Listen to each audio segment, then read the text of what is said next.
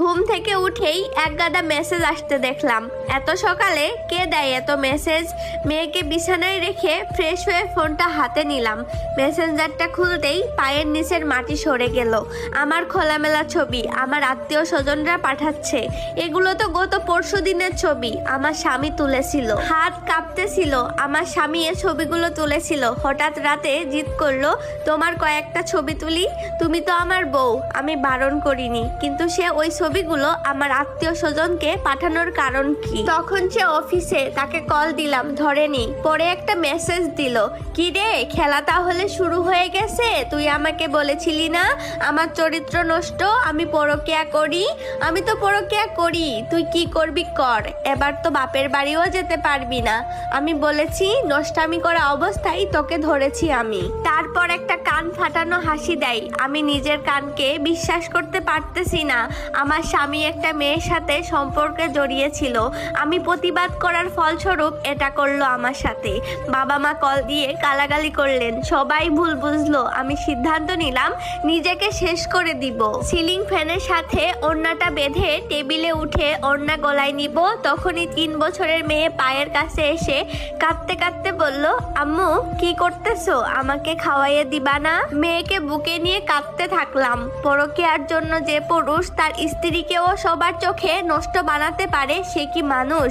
তারপর সিদ্ধান্ত নিই আমি মরবো না, বরং এমন যন্ত্রণা দেব তাকে যেন হাড়ে হাড়ে এই জ্বালা সহ্য করে। আমার এক বান্ধবীর বাবা বেশ নামকরা হুজুর ছিলেন। তার বসে অনেকগুলো শক্তিশালী জিন ছিল।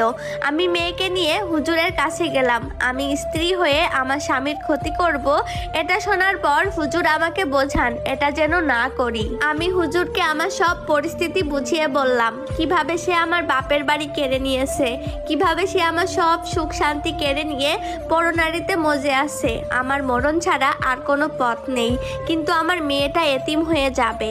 আমার কান্নাকাটিতে হুজুর আমার পরিস্থিতি বুঝতে পারেন। তিনি আমাকে তার তন্ত্র সাধনার রুমে নিয়ে গিয়ে বলেন, তোর স্বামীর শরীরে আমি এক শক্তিশালী খারাপ জিন চালান দিব। এর পরিণতি মৃত্যুও হতে পারে, ভালো করে বুঝে সিদ্ধান্ত নে। আমি বললাম আমি চাই সে এমন কষ্ট পাক যেন সে হাড়ে হাড়ে বুঝতে পারে সে কি ভুল করেছে। তারপর হুজুর আমার শরীর আর আমার মেয়ের শরীর বন্ধের তাবিজ দিয়ে আরেকটা তাবিজ আমার স্বামীর বালিশের ভেতর রাখতে বলেন। ওই জিনটা কাঁচা মাছ মাংস পছন্দ করে, বেশি করে বাসায় রাখতে বললেন। আমি হুজুরের পারিশ্রমিক বুঝিয়ে দিয়ে বাড়ি ফিরি। হুজুরের কথা মতো তাবিজটা তার বালিশের ভেতর রাখি। রাতে স্বামী বাড়ি ফিরে আমাকে দেখে খুব জোরে জোরে হাসে আর বলল, কি রে আমাকে না থামাতে চাইছিলি? আমি পরকীয়া করি এতে তোর জ্বলে, এবার কেমন দিলাম চালটা। তোর সারা শরীর তোর এলাকার মানুষ দেখেছে, আমার পেছনে লাগবি? তোর এই মোটা শরীরে আমার পোষায় না, তোকে আমি ঘৃণা করি, তাই আরেকজনকে ভালোবাসি। আমি চুপচাপ কথাগুলো শুনলাম আর মনে মনে যত রকম বদদুয়া আছে সব পড়লাম।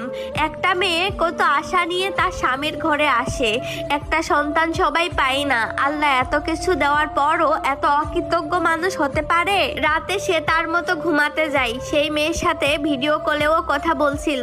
আমি পাশের রুমেই মেয়েকে ঘুম পাড়িয়ে কাঁদছিলাম। আল্লাহ, আমি অনেক বড় গুনাহ করেছি জানি, কিন্তু যে স্বামী তার বউকে এত নিচে নামিয়ে দিল, তাও তার বাপের বাড়ির কাছে, তাকে কিভাবে ক্ষমা করব?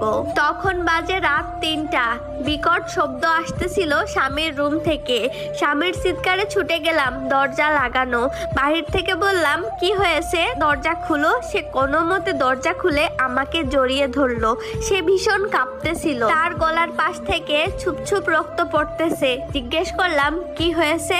তখন সে বলল, একটা ভয়ঙ্কর কিছু একটা আমার বালিশের ভেতর থেকে হাত বের করে গলা চেপে ধরেছিল। আমি বললাম, এসব কিছু না, ঘুমাও তো। সে বলল, না তুমি আসো, আমি ভয় পাচ্ছি। আমি না করাই সে আমার রুমে চলে এলো, মেয়ের পাশে শুয়ে পড়লো। আমি কিছুটা খুশি হলাম। এবার দেখ কেমন লাগে, আমাকে মৃত্যু যন্ত্রণা দিয়েছিলি, এবার তুইও বুঝবি। পরের দিন আবার সকাল হতেই আগের মতো আমাকে গালাগালি, ওই মেয়ের সাথে অবলীলায় কথা বলা, সব ঠিক আছে তার। অফিস চলে যাওয়ার পর হুজুরকে কল দিয়ে বললাম সবটা। তিনি বললেন, একটু ধৈর্য ধারণ কর, আজ বড় কিছু হবে। এটা স্টোরির প্রথম পার্ট। তৃতীয় পার্টে জানতে পারবেন তার স্বামীর সাথে কি ভয়ঙ্কর ঘটনা ঘটেছিল। যে আপুটা এই স্টোরিটা লিখে পাঠিয়েছেন তার নামটা গোপন রাখা হয়েছে। প্রথমে আমার কাছে অনেক ভৌতিক লাগতেছিল যে এমন ঘটনা কি হতে পারে, কিন্তু আপুটা আমাকে বলল সে এক চুল পরিমাণ মিথ্যা কথা বলেনি।